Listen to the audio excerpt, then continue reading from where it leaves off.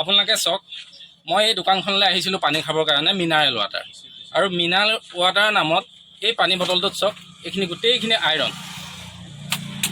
এই আইৰণযুক্ত যদি পানী খোৱা হয়, আমাৰ স্বাস্থ্যৰ কাৰণে কিমান হানিকাৰক। গতিকে আপোনালোকে ইয়াৰ বিষয়ত অলপ ৰাইজক অৱগত কৰক। এনেধৰণে পানী খাই আমি এটা সুস্থ স্বাস্থ্য কেনেকৈ পাম। কি কোম্পানী পানী? এই কোম্পানীটোৰ নাম হ'ল নতুৰা পিয়ৰ। 1/2 লিটাৰ হয়। আৰু এই আমি প্ৰায়খিনি চাইছোঁ, গোটেইখিনি পানী প্ৰায় এনেকুৱাই, চব আইৰণযুক্ত পানী। গতিকে চৰকাৰে ইয়াৰ ওপৰত বিহিত ব্যৱস্থা ল'ব বুলি মই আশা কৰিম।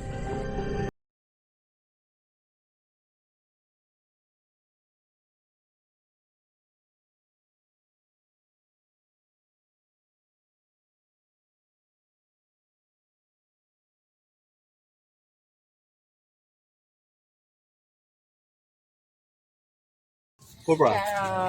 ইয়াৰে হয়, বঙালমৰা তিনিআলি।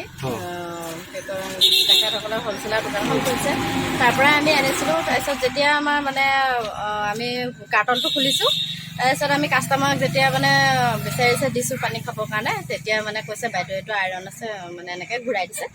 তেতিয়াহে আমি গম পালোঁ যে এইটো আইৰণ আছে। আমি আগতে গম পোৱা নাছিলোঁ, মানে আগৰ কাৰ্টনবিলাকত যিহেতু ওলোৱা নাছিলে, সেইটো কাৰণে মানে এইটো কাৰ্টনতহে দেখিলোঁ।